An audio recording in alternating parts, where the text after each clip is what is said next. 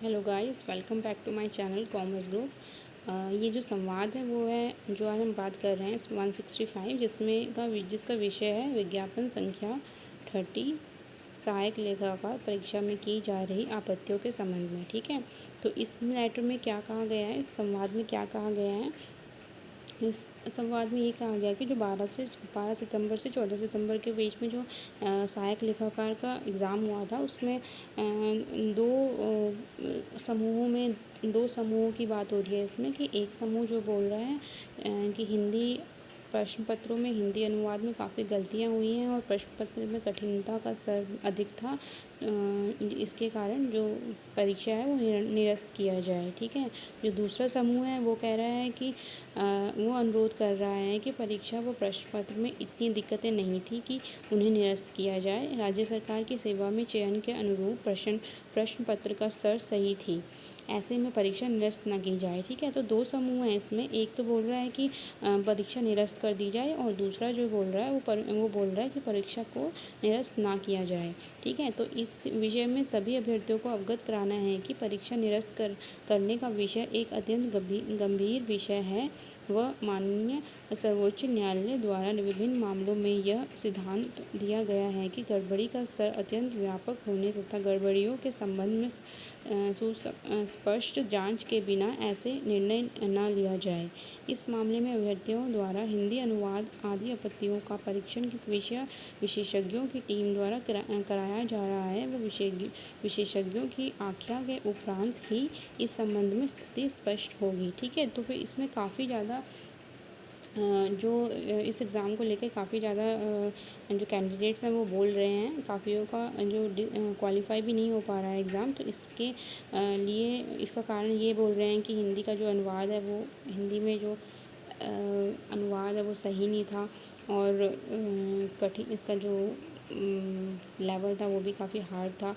तो हार्ड के बेसिस पे तो नहीं कि इसको कैंसिल किया जा सकता, लेकिन हाँ, अगर जैसे ये आयोग ने लिखा है कि अगर ऐसी कोई आपत्तियाँ हुई और उनके जो एक्सपर्ट्स हैं वो चेक कर रहे हैं, एक्सपर्ट की टीम जो है वो चेक कर रही है कि एक्चुअल में ऐसी प्रॉब्लम थी कि नहीं एग्ज़ाम में, कि एक्चुअल में हिंदी अनुवाद में जो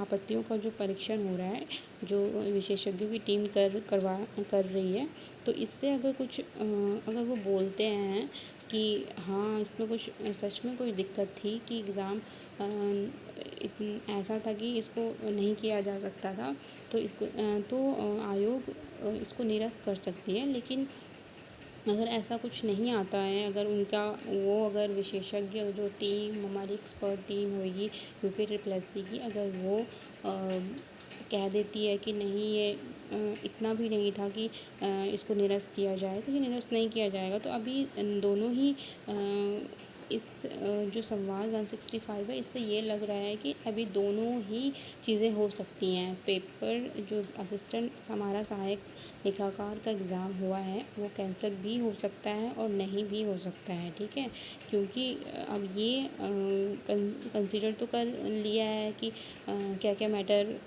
आयोग ने क्या क्या मैटर उसमें क्या क्या प्रॉब्लम आई है कैंडिडेट्स को। अब इसके लिए टीम भी लगा दी गई है उसको चेक करने के लिए। तो अब इसके बाद ही कुछ निर्णय लिया जाएगा कि इस एग्ज़ाम को कैंसिल करना है या नहीं करना है। ठीक है, तो अभी जितने भी कैंडिडेट्स बोल रहे हैं कि कैंसिल होगा, तो ये अभी कुछ तय नहीं है, हो भी सकता है कैंसिल और नहीं भी हो सकता है। ठीक है, तो यही इसमें संवाद 165 में लिखा गया है कि अभी कुछ निरस्त वाली चीज़ काफ़ी बड़ी है कि निरस्त ऐसे नहीं किया जाता।